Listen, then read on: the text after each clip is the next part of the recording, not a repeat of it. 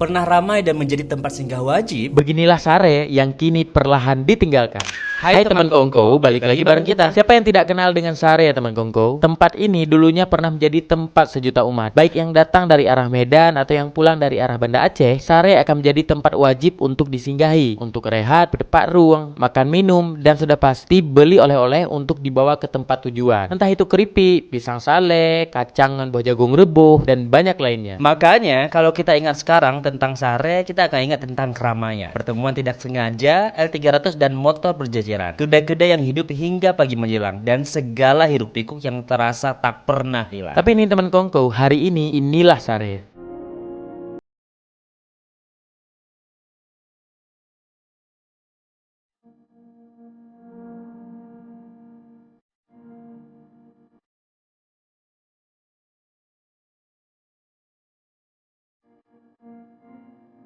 Sare memang masih ada, namun tidak lagi sama. Perlahan ia ditinggalkan. Kondisi seperti ini makin terasa sejak jalan tol Cibanceh aktif digunakan. Orang-orang memilih jalan yang lebih cepat untuk perjalanan yang lebih singkat. Itulah kemudian jalanan di kaki Selawah ini menjadi lengang. Hanya 1-2 mobil yang masih berlalu lalang, selebihnya pengendara motor punya kuasa. Itu pun mulai jarang. Teman Kongko, di antara yang paling terkesan dari yang kini tinggal kenangan di Sare adalah rumah makan Selawah Indah dan rumah makan Sahabat Jaya ini. Ada yang ingat nggak? Setiap jengkal dari tempat ini akan meninggalkan jejak. Buat kita sendiri yang dari dulu sering singgah di sini saat melewati Sare, melihat kondisi ini seakan larut dalam perasaan campur aduk. Ada perasaan hampa ketika melihat bangunan ini menjadi terbengkalai seperti ini. Kita seakan masih dapat membayangkan setiap detail dari keramaian yang pernah ada di sini. Namun ketika Sare mulai kehilangan denyutnya, kehidupan justru tumbuh di tempat lain. Padang Tiji yang kini menjadi tempat masuk keluar tol perlahan mengambil peran yang dulu dimiliki oleh Sare. Sebenarnya kalau dipikir-pikir, selalu ada dua sisi yang akan terjadi sebagai dampak dari sebuah pembangunan.